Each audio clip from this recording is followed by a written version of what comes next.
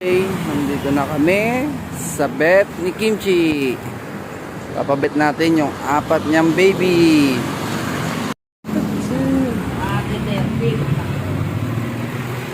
Kimchi. Kimchi. Ay. Ang baby na yan ha. Ba't na kayo kuyan? Second bet na ng mga baby. Ito na ate. Ayan nga, papasok na tayo, Kimchi. Uy, ang cute ng mga papi nyo. Next week, schedule siya 29 or 30. Kung kailan po kayo pwede dyan. November 29 or November 30. Pwede na siyang first vaccine. Basta kumakain na ng matatap. Kung hindi pa, huwag yun ang dalhin. Extend nyo na lang yung kung kailan sila stable kumain. Anytime naman pwede na ba kumain.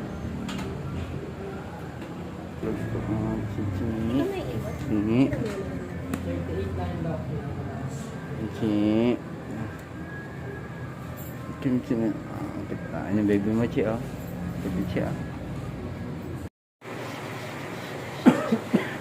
Ito Netflix, no?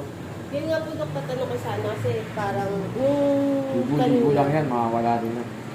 Okay lang po yan. Napaliguan mo na ba ito? Di pa po.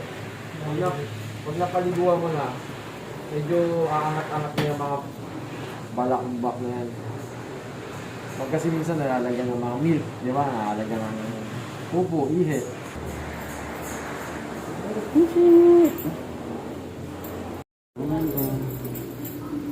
Sarado yan.